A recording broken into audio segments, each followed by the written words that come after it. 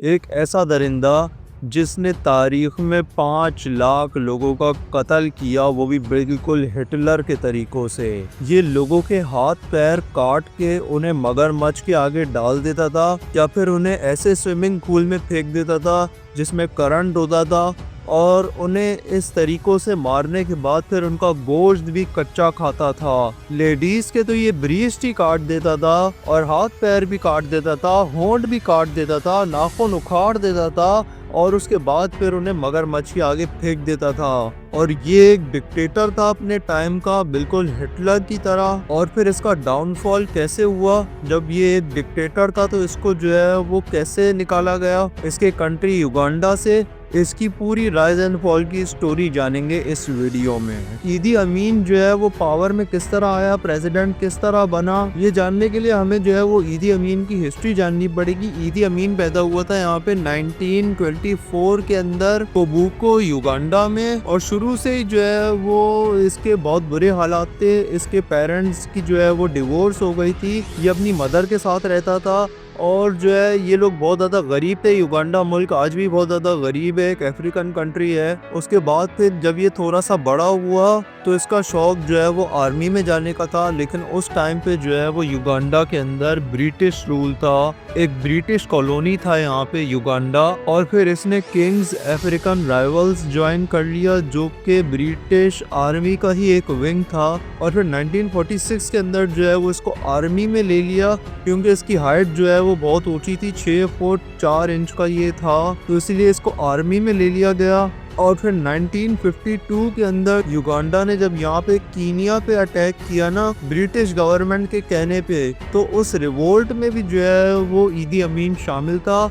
और वहाँ जाके जब ये अपोनेंट की आर्मी का कत्ल करता था तो उसके बाद फिर उन्हीं का ही गोश्त जो है वो कच्चा खाता था जिंदा रहने के लिए। उनके कुछ लोगों को तो ये जिंदा ही दफना देता था, कुछ लोगों को हाथ पैर काट के जो है वो मगरमच्छ के आगे डाल देता था। मतलब कि इसने एक डर, एक खौफ पैदा कर दिया था कीनिया के आर्मी सोल्जर्स के अंदर कि अगर ईदी अमीन के हाथों अगर हम पकड़े गए तो हाथ पैर काट के जो है वो क्रोकोडाइल के आगे डाल दिए जाएंगे। इस डर से हर कोई भागता था ईदी अमीन से। जब ब्रिटिश आर्मी ने यहाँ पे इसकी दिलेरी को देखा तो इसको जो है वो एक हाई रैंक दे दिया गया आर्मी के अंदर। और फिर 1962 के अंदर जब यहाँ पे इंडिपेंडेंस मिली है ना युगांडा को ब्रिटिश रूल से, तो उसके बाद फिर ओबोटे जो आर्मी में ही था उसको जो है वो प्रेसिडेंट बनाया गया, और जो ईदी अमीन था उसको यहाँ पे आर्मी चीफ बना दिया गया था। लेकिन ईदी अमीन यहाँ पे ओबोते से जलने लगा था, जबकि ओबोते जो है वो शुरू से ही ईदी अमीन का दोस्त था।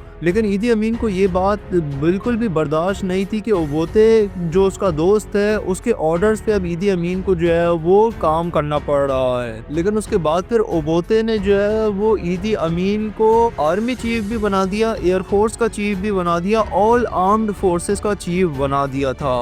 ईदी अमीन जो है वो खुद जाता था गरीब लोगों के पास और उनको इस बात का एहसास दिलाता था कि वो उन्हें गुर्बत से निकाल के रहेगा, और अपनी आर्मी के पास भी खुद जाता था, खुद जो है वो उनसे बातें करता था। ये बिल्कुल फ्रेंडली हुआ होता है यहाँ पे लोगों के साथ भी और आर्मी के साथ भी। लोग इसको अपना हमदर्द समझने लग गए थे और उसके बाद फिर इसकी हर बात पे यकीन करना शुरू हो गए थे। और ये ओबोते को जो है वो बुरा भला कहता था, लोगों के दिल में जो है वो ओबोते के लिए नफरत पैदा कर रहा था। उसके बाद फिर जब 1971 के अंदर जो है वो ओबोते गया सिंगापुर, तो ईदी अमीन ने यहाँ पे जो है वो मिलिट्री कू करके जो है वो कब्जा ले लिया युगांडा पे और अपने आप को प्रेसिडेंट डिक्लेयर कर दिया। और ओबोते को जो है वो उस मुल्क में वापस आने पे पाबंदी लगा दी। और वहाँ के जो लोग थे, वहाँ के स्पेशली जो मुस्लिम्स थे, उन्होंने यहाँ पे जो है वो आंख बंद करके भरोसा किया ईदी अमीन के ऊपर। गरीब लोगों ने आंख बंद करके भरोसा किया। वहाँ की आर्मी भी जो है वो ईदी अमीन का साथ देने लगी, क्योंकि वो प्रेसिडेंट बनने से पहले जब आर्मी चीफ था तो वो उन सारे लोगों का हमदर्द था। और युगांडा में जो क्रिश्चियन ट्राइब्स थे ना, जो अचोली और लेंगो में मौजूद थे, वो यहाँ पे ओबोते के वफादार थे, क्योंकि ओबोते भी जो है वो क्रिश्चियन था। तो उन सबको जो है वो पकड़ पकड़ के यहाँ पे चैम्बर्स में डाल दिया गया। उनको हाथ पैर बांध के जो है वो एक बंद कमरे में 4 दीवारी के अंदर बंद कर दिया जाता, जहाँ से कोई हवा आने की भी जगह नहीं थी, कोई यहाँ पे पंखा भी मौजूद नहीं था, कोई वहाँ पे बाथरूम भी मौजूद नहीं था। और उसका दरवाजा, उस दरवाजे पे जो है वो करंट छोड़ दिया गया और लोग जो है वो इस तरीके से मर गए। कोई घुट घुट के मर गया, कोई करंट ठंड लग जाने की वजह से मर गया। और कुछ लोगों के तो हाथ पैर काट के जो है वो उन्हें क्रोकोडाइल्स के आगे डाल दिया जाता। लेडीज के ब्रीस्ट काट दिए जाते हैं, ब्रीस्ट के साथ साथ उनके हाथ पैर काट दिए जाते, उनके बॉडी पार्ट्स को काट के उन्हें क्रोकोडाइल के आगे डाल दिया जाता। और जिनके हाथ पैर नहीं काटे जाते उनके नाखून उखाड़ दिए जाते थे। और फिर जब वो मर जाते तड़प तड़प के, तो ईदी अमीन उनका गोश्त जो है वो कच्चा खाया करता था। कुछ लोगों को तो यहाँ पे ऐसे स्विमिंग पूल में फेंक दिया जाता था जिसमें करंट छोड़ा हुआ होता था, और करंट से मर जाते थे लोग। और उसके बाद फिर 1972 के अंदर युगांडा पे ये डिक्लेयर कर दिया रूल कि जो इंडियंस हैं उन्हें यहाँ से चले जाना चाहिए। ये युगांडा जो है वो सिर्फ युगांडियंस का है, इंडियंस का नहीं है। और तकरीबन 50,000 से लेकर 70,000 तक जो इंडियंस थे और पाकिस्तानीज थे, जो एशियंस थे ना यहाँ पे, वो यहाँ पे चले गए यहाँ पे मुल्क को छोड़ के, जिसकी वजह से यहाँ पे युगांडा की इकोनॉमी कोलैप्स कर गई, क्योंकि वो पढ़े लिखे लोग थे और युगांडा की इकोनॉमी को उन्होंने ही संभाला हुआ था। जब इकोनॉमी कोलैप्स हुआ, युगांडा के लोगों को ये समझ में आने लगा कि जो ईदी अमीन है वो हमारा भला नहीं चाहता है, वो सिर्फ एक मतलबी इंसान है। उसके बाद फिर 1975 के अंदर ईदी अमीन ने जो युगांडा का उस टाइम का हेल्थ मिनिस्टर था ना, उसको यहाँ पे कंट्री से निकाल दिया और फिर वो यूके में जाके सेटल हो गया। उसके बाद फिर उसने जो है वो एक बुक लिखी यहाँ पे ईदी अमीन के अगेंस्ट, जो उस टाइम पे जितने भी लोगों ने दुनिया में पढ़ी ना, तो उनको हकीकत पता लगी यहाँ पे ईदी अमीन की, कि ईदी अमीन यहाँ पे जो है वो युगांडा के अंदर लोगों के साथ क्या कर रहा है।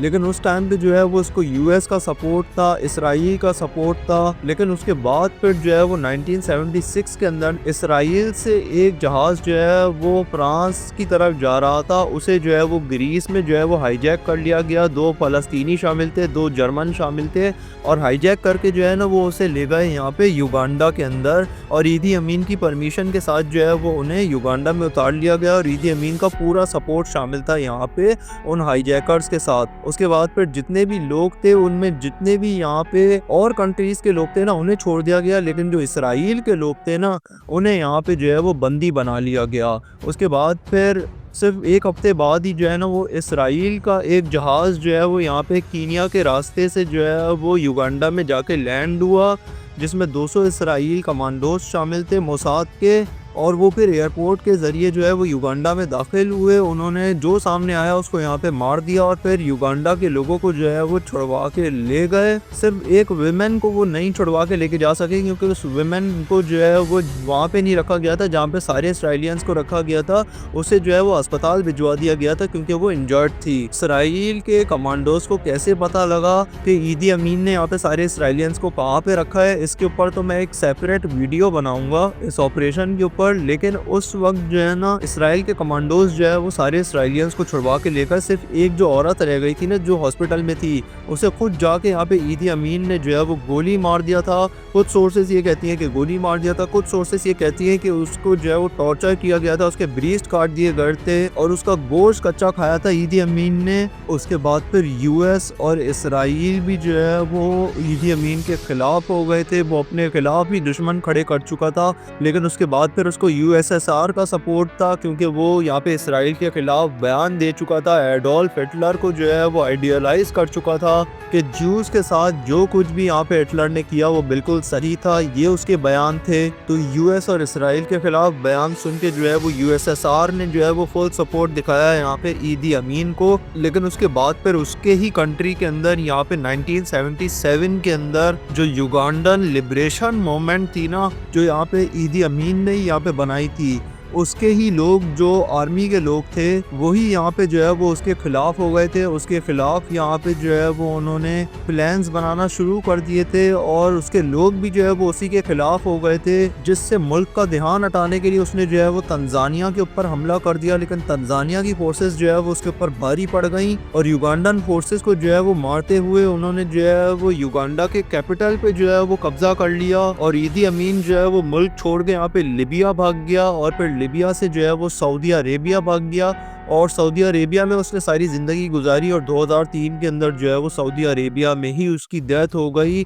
और एक ऐसे दरिंदे का यहाँ पे जो है वो ख़ात्मा हुआ जिसने अपनी ज़िंदगी के अंदर 5 लाख लोगों को जो है वो तड़पा तड़पा के मारा था।